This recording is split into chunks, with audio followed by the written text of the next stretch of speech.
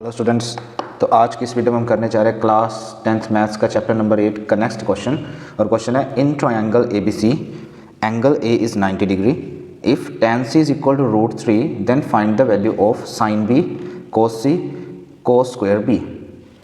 अब इनमें एक भी जगह पे प्लस लगा हुआ है, एक जगह पे माइनस। हमने ट्रायंगल की हेल्प से sin B cos C और cos स्क्वायर B की वैल्यू निकाल के यहाँ फिल करनी है और इसका एग्जैक्ट वैल्यू निकाल के आंसर में देना उनको। तो करते हैं स्टार्ट। सबसे पहले तो बोला गया कि ट्रायंगल होना चाहिए, एंगल ए पे 90 होना चाहिए। तो 90 डिग्री ट्रायंगल मैं यहाँ पे ड्रॉ कर रहा हूँ।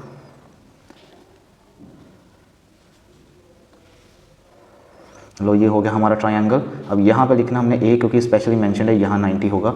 तो इधर कर देते बी, इधर कर देते सी। ये आपकी चॉइस रहेगी, यहाँ सी कर लो, यहाँ बी कर लो, या यहाँ बी रहने दो, इधर सी करो। चॉइस आपकी रहेगी जहाँ मर्जी, लेकिन ए एंगल 90 डिग्री होना चाहिए क्योंकि कंडीशन मेंशन है। तो 90 के सामने वाला रहेगा हमारा हाइपोटेन्यूज। थीटा देख लो, सी की जगह पे होगा हमारा थीटा।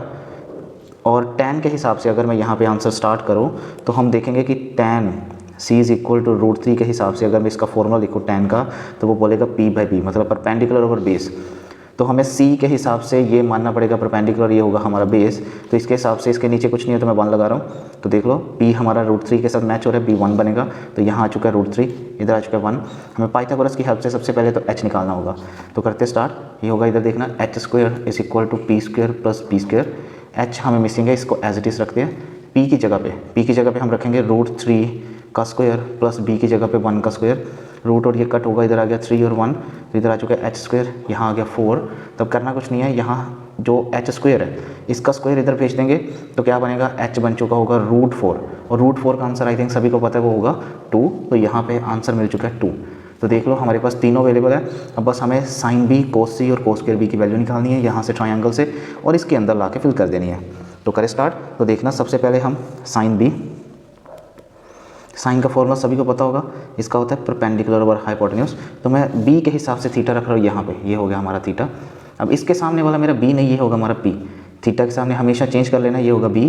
अब इसको हटाते हैं क्योंकि b पे थीटा, तो ये p हो गया, ये हमारा b का काम करेगा, और ये होगा हमारा h। तो लो फिल करते हैं। p की जगह पे 1, h की जगह पे दिख रहा होगा 1/2।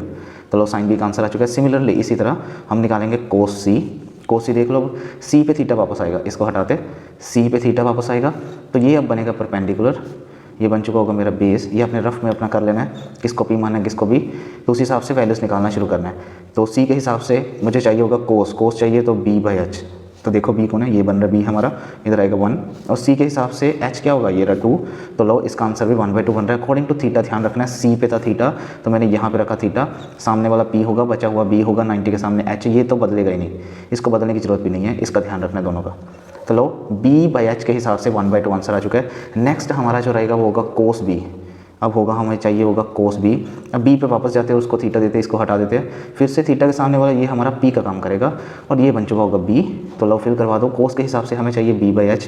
तो अब B ध्यान रख लो, ये होगा √3 और H होगा हमारा 2। तो सारी वैल्यूज रेडी है, बस करना कुछ नहीं, इसके अंदर जाके फिल करोगे तो अपने आप आंसर आएगा। लो देखो कैसे करना है। तो हम क्वेश्चन को उठाएंगे, यहाँ मैं लिखने चाह रहा हूँ क्वेश्चन हमारा sin B प्लस आ जाएगा कोस C माइनस आ जाएगा कोस स्क्वायर B। अब इसके अंदर फिल करते जाते हैं। सबसे पहले हम रखेंगे साइन B का। साइन B देख लो कितना है यहाँ पे, ये आएगा 1/2 प्लस कोस C बोल दो, ये भी आएगा 1/2 माइनस कोस स्क्वायर B। देख लो कोस स्क्वायर, ये रखा मैंने कोस इसका आंसर, और इस पर लगा दिया स्क्वायर। इसको सॉल्व करवा दो। नीचे एलसीएम सेम है दोनों का, तो हम 2 एज इट इज लिखेंगे, ऊपर वाले प्लस हो जाएंगे 1 + 1 माइनस ये रूट इसको कट करेगा, ऊपर आ जाएगा 3। 2 का स्क्वायर जो आएगा वो होगा 4। आई होप यहाँ तक समझ आ रही होगी। अब करना कुछ नहीं है, 1 + 1 2 हो गया। ये होगा हमारा विजिबल है या नहीं, तो मैं ऐसा करता हूँ, यहाँ पे आई थिंक विजिबल नहीं रहेगा, थोड़ा सा इसको शिफ्ट करते हैं। चलो देखो क्या यहाँ पे विजिबल है, अगर नहीं है तो मैं ये वाला स्टेप जो यहाँ पे है उसको थोड़ा सा साइड पे लिखता हूँ। यहाँ पे इधर देखना, तो ये वाला स्टेप जो यहाँ पे मिसिंग हुआ था, इसको मैं यहाँ पे लिख रहा हूँ, ये वाला, इसके बाद वाला स्टेप मैं यहाँ लिख रहा हूँ, यहाँ देखते रहना, ठीक है। तो यहाँ लाइन लगा लेते हैं, इस जगह पे मैं लिखने चाह रहा हूँ 1/2 प्लस 1/2 और माइनस का √3/2 का स्क्वायर। तो देख लो ऊपर हमने एलसीएम सेम रखा था, एलसीएम सेम, 1 + 1 कितना हो गया 2, माइनस रूट से स्क्वायर कट हुआ, ऊपर रह गया 3, 2 का स्क्वायर हो गया 4। तो अब इसको बस सोल्व करना है और हमने आंसर दे देना फाइनल। कैसे करें, 2 से 2 कट हुआ, यहाँ 1 आ जाएगा, माइनस 3/4। अब नीचे 1 लगा के क्रॉस से एलसीएम बना लो जल्दी जल्दी। तो बताओ क्या आंसर आएगा, 4 - 3 अपॉन नीचे आपस में इनकी मल्टीप्लाई 4। चलो फाइनल आंसर लिखते हैं, ये बन जाएगा 1/4। तो ये हमारा आंसर आएगा।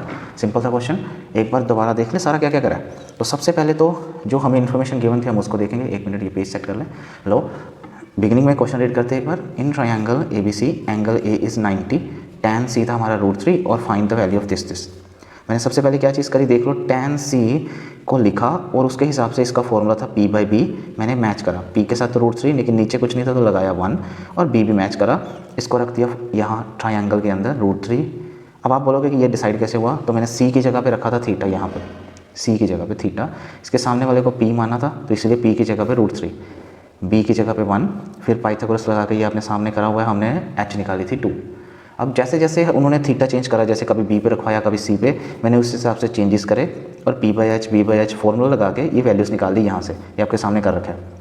तो अब बस लास्ट पे आके हमने यहाँ पे वैल्यूज़ फिल करी, स्क्वायर रूट कट करा, इसका स्क्वायर 2 का स्क्वायर 4 कर दिया और फाइनल आंसर यहाँ पे विजिबल नहीं था इसलिए मैंने यहाँ आगे करा। ये इधर करा हुआ यही वाला आंसर, नीचे पॉसिबल नहीं था विजिबल होना तो मैं यहाँ कर रहा था।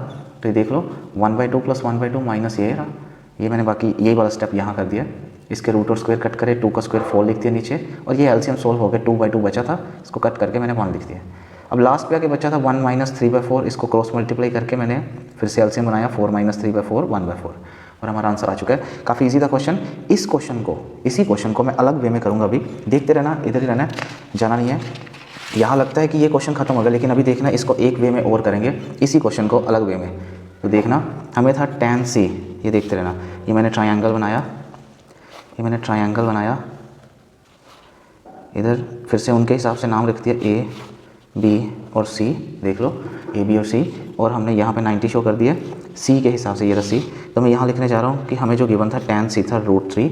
अब इसके हिसाब से देखते रहना, हम टेबल में से चेक करेंगे। एक टेबल होता है जिसमें सारी वैल्यूज़ गिवन होती हैं। आई होप जिनको नहीं पता उनको थोड़ा बहुत याद करवा दूँ मैं कि एक 0 डिग्री 30 डिग्री 60 डिग्री ऐसे करते करते और आते हैं, रास्ते में आएगा एक 45 डिग्री भी, इधर आएगा 45 डिग्री, फिर आएगा 60 डिग्री और ऐसे करते करते एक लास्ट आएगा 90 डिग्री। अब हमने यहाँ पे साइन भी होता है, कोस भी होता है, टैन भी होता है, तो इस जगह पे टैन वाले टेबल में से, ये आप चाहे अपनी बुक से भी चेक कर सकते हो लेकिन एक वीडियो अलग से बना दूंगा जिसमें इस सभी की वैल्यूज़ को सॉल्व करना इजीली वे में वो आपको बनाने का तरीका मिल जाएगा। तो टैन √3 में पहले ही बता दूँ यहाँ पे होता है, तो 60 डिग्री पे टैन √3 आता है। तो मैं बोलूँगा कि जो मेरा C एंगल है, ये जो एंगल है वो कितना आना चाहिए 60 डिग्री। तो मुझे इस एंगल पता लग गया, मैंने डायग्राम में जाके रख दिया 60 डिग्री और इसके ऊपर लगा दी ट्रायंगल रूल। देखना angle B, angle A, angle C is equal to 180 degree.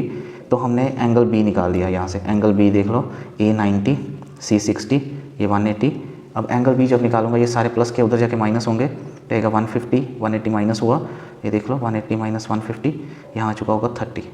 तो एंगल B मेरा जो यहाँ आंसर बोलेगा वो होगा एंगल 30। तो जैसे ये एंगल 30 आ गया, देखो मेरे पास सारे एंगल्स अवेलेबल है। अब जो वो मांग रहे हैं वो ईजिली सॉल्व हो जाएगा इसी टेबल की हेल्प से। हम टेबल से करेंगे। अब ये हम बोलेंगे सबसे पहले हमें चाहिए होगा, यहाँ देख लो, आई होप आप विजिबल होगा, तो साइन B। अब देख लो साइन B कितना एंगल 30, तो हम बोलेंगे साइन 30 डिग्री। तो 30 पे मैं खुद ही बता देता हूँ, यहाँ पे होता है 1/2, तो सीधा देख लो साइन 30 हमें मिल चुका है। ठीक है, इससे टाइम बचेगा। दूसरा, लेकिन ये टेबल आना चाहिए इसके लिए, और जिसको टेबल नहीं आता वो फिर पिछले मेथड पे रहेगा। कोस C, अब C कितना बोल रहा है 60 डिग्री, तो हम बोलेंगे कोस 60 डिग्री। तो मैं बता दूँ आपको कि कोस 60 पे भी आंसर होता है 1/2, तो यहाँ आ जाएगा 1/2। ये आप टेबल चेक कर सकते हैं, बुक में होगा। नेक्स्ट है कोस B। अब कोस B देख लो, कोस 30, ये मांगेगा कोस 30, तो मैं बोलूँगा कि कोस 30 जो रहेगा वो यहाँ पे होगा, वो आएगा √3/2। तो हमारा भी जो आंसर था वो निकला था √3/2। तो अब ये वाली वैल्यू और ये वाली वैल्यू जैसे ही हम फिल करेंगे, यहाँ चेक कर लो, पिछली वाली में भी अगर मैं मैच करवाऊँ तो यहाँ अगर मैच करो, 1 मिनट, लो अब देखना, यहाँ पे साइन B 1/2 आया था, मेरा भी साइन B 1/2 आ रहा है। कोस C का आंसर 1/2 था, कोस C की जगह पे मेरा भी 1/2 आ रहा है। और सेम वे हमारा कोस B था √3/2, मेरा भी कोस B का जो आंसर है वो √3 आ रहा है। तो इसका मतलब चाहे आप करो टेबल मेथड से, चाहे आप करो इस ट्रायंगल मेथड से, दोनों के लिए जो आंसर आएगा वो रहेगा सेम। तो सोचने की ज़रूरत नहीं पड़ेगी, जिसको जो मेथड इजी लगता है, चाहे वो टेबल से करे चाहे वो करे ट्रायंगल से, आंसर सेम आएगा। तो आई होप समझ आई होगी मैंने क्या बोला अभी तक। बाकी का सोल्यूशन यहाँ कर रखा है ऑलरेडी, ये देखो वैल्यूज़ फिल कर रखी है, इधर सारा सॉल्व करके बताया हुआ है, सारा आंसर भी निकाल के दिया हुआ है। तो बस ये जो चीज़ करी मैंने यहाँ पे, ये दिखाने का सिर्फ एक ही रीज़न था ये देख लो, इसको दिखाने का सिर्फ एक ही रीज़न था कि हम ऐसे क्वेश्चंस को जिसमें वैल्यूज़ गिवन होती हैं और वो वैल्यू हमारे टेबल के हिसाब से हमें नोन हो, तो हम इजीली बता सकते हैं एंगल्स क्या रहेंगे और उसको सॉल्व कैसे कर सकते हैं। तो आई होप वीडियो समझ आई होगी, सारी क्वेश्चन समझ आया होगा। और ऐसी वीडियोस और देखने के लिए लाइक करना, कमेंट करना, शेयर करना है, और जिनके भी बोर्ड एग्जाम्स आने वाले हैं उनके तक ये वीडियोस जरूर पहुंचानी है। Thanks for watching.